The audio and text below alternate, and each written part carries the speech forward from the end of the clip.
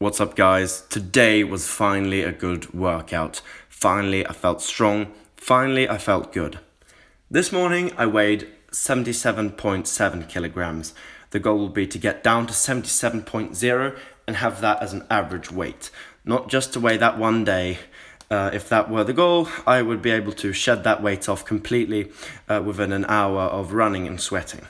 That's not the point. The point is not to hit that weight. The point is to maintain that weight, stay at that weight as a morning weight, so that I can easily cut, well, not easily, but so that I can manageably cut 4 kilograms, 4.1, 4.2 kilograms for the national championship, which will be, that cut will be performed during a 3-day period, 3 days of fasting, the last 24 hours being no fluids at all.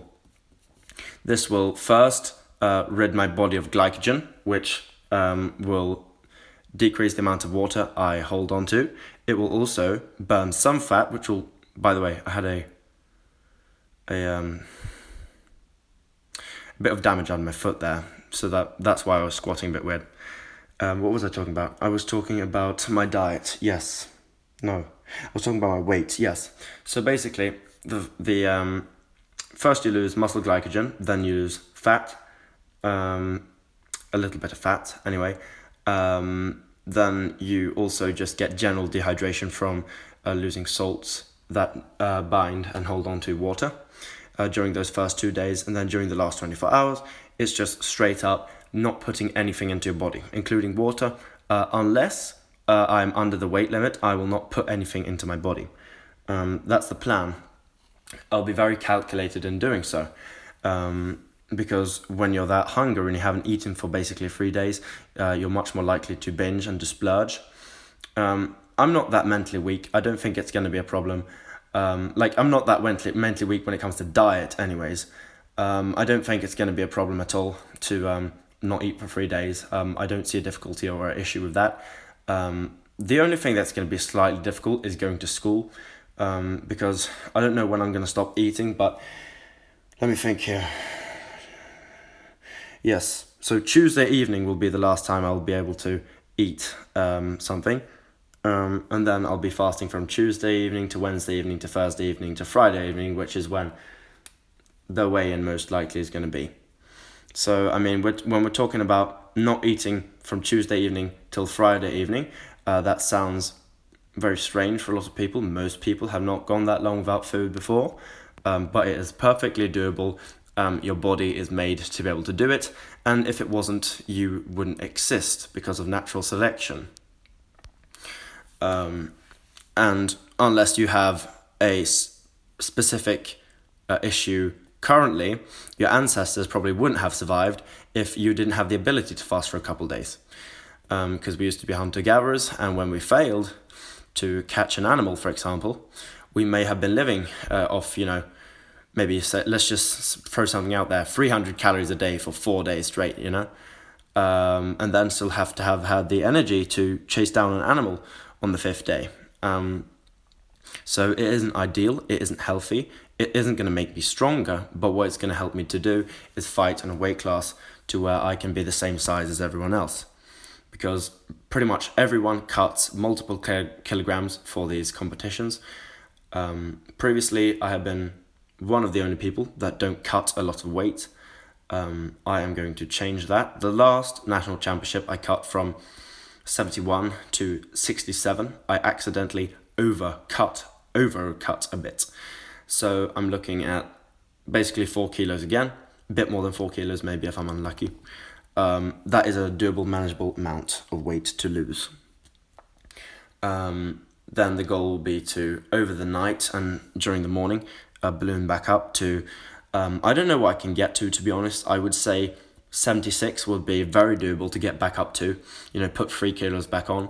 If I'm lucky, I can probably get to 77 again, if I really eat a lot, drink a lot, and, put all the salt in my body, eat kiwis for digestion and digestive enzyme production, drink a lot of milk, drink sports drinks, go and eat beef, eat large amounts of carbohydrates and fats, salts, potassium as well, just filling everything up. If I manage to just really optimize the so-called refeed diet, which is what most people would consider like cheat meals, cheat days, whatever. If I can manage that while not eating stuff that is complete junk so that I get gastrointestinal problems, then I'm probably going to be able to get back to 77 on fight day. And weighing 77, fighting guys that have weighed in at 73 the day before, isn't a gigantic advantage. I probably will barely notice it. But that may be 2 kilos, that may be 1 kilo weight advantage. And since I already am in a good shape body composition wise, it's not like they're going to have a lot more muscle than me at that weight, and if they do, it means that they're going to be a lot shorter than me, in which case I can use my range, and I'm pretty good at fighting off a range, especially against really short guys. I have no issues with that. I like to fight long. Historically, I've fought long when I was young, but as I got older, started putting on a small amount of muscle, and as the sport moved towards taller and thinner athletes, the Taekwondo sport, the sport of Taekwondo, Kirigi, fighting, as the sport moved towards thinner and thinner, taller athletes, and as I got older and didn't really grow that much in height in comparison to my weight gain, I haven't been able to fight as a very rangy fighter for a significant period of time. But if I do cut this amount of weight, there is a higher chance that I'm going to fight guys that are a bit shorter than me, which will most definitely, or at least most likely, be easier than fighting guys that are taller. But I have strategies for that now. I have developed a much better level, not much, but a very measurably better level of cardiovascular, output potential. I would just say my VO2 max has absolutely gone up since the last time I competed, as well as my muscle mass, and I've also got a bit taller. So my physical attributes have become more threatening, and more importantly, I've really learned how to punch, not tremendously well, but I can now implement punches decently well in the clinch and things like that. And in Taekwondo, punching isn't really a thing. People don't punch, you push each other away if you get too close, and sometimes when someone's on the way into a clinch, you can hit them with a straight right to the body. That's basically all Taekwondo fighters have, is a straight right. I can hook to the body fairly well, and although that's not going to give me any points, that's going to surprise people and that's going to hurt people. I've also learned to kick with the shin.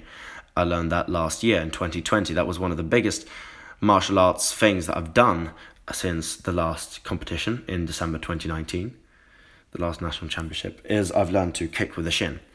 I don't do it all the time because it gives me 0 points also, but that will also give me an ability to stand closer to a taller opponent in a range that he is very uncomfortable in, and really slam hard kicks that penetrate into his guard. And the thing with kicking with the shin is it kind of presses and cuts in, especially if you hit someone on the bicep or on the side of the arm with it. It sinks very uncomfortably. Imagine someone put a metal rod across you and then they jumped on it. That's what it feels like to be hit with a shin kick. It's very, very uncomfortable. And although we're going to have shin guards, I don't know if that's going to help me or not. But at any rate, my shin kicks will probably hurt people a bit.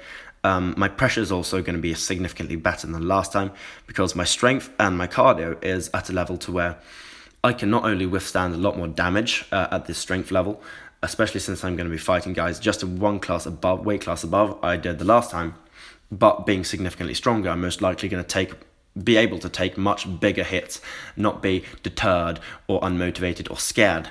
Obviously, I'm going to be scared the first match, the first minute of the first match, but when that fades away, when I realize that I'm fighting a regular human just like me, just a human that just happens to train a lot, most likely I'm going to get a confidence boost, and then the cardio that I have developed now, if I can keep it and if I can continue to develop it just a bit, along with the strength, will allow me to really push a pace on guys that are better than me in skill.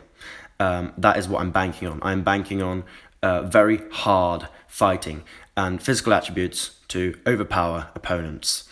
And also, I'm training my skills right now. I have had 2 Taekwondo trainings this week.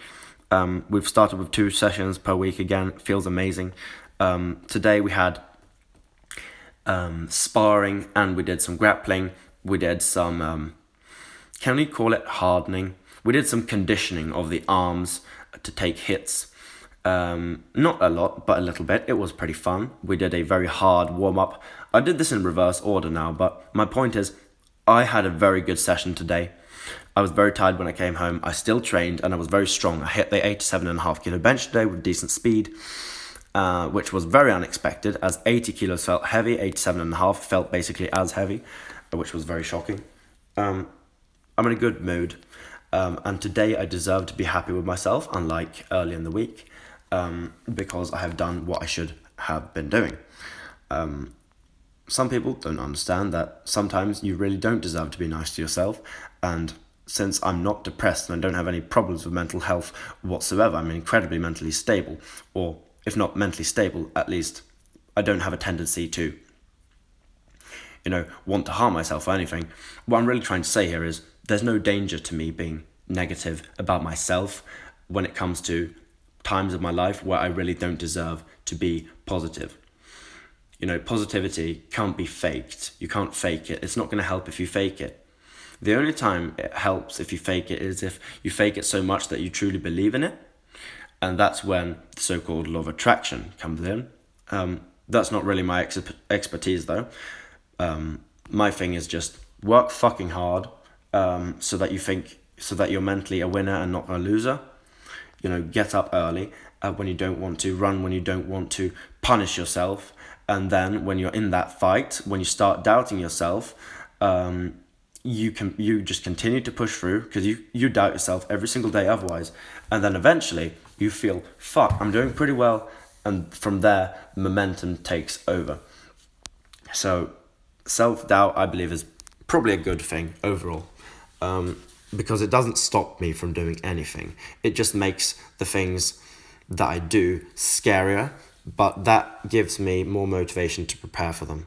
So I'm doing good in life. Most likely I'm going to be not feel the best in when it comes to my body tomorrow, but we will see.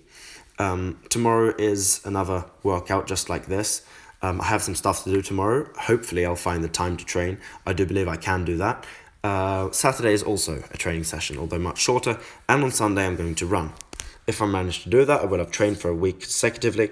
And by the way, guys, the strength is coming back, so that feels phenomenal. I'm just going to work on keeping my weight low, taking care of my body, not getting injured now. That would be absolutely catastrophic to the entire plan of this entire year. Literally. And yeah, I'm not going to try and stay positive, because I actually feel positive. I don't need to put in an effort. I feel good now. Endorphins are flowing. Everything's great.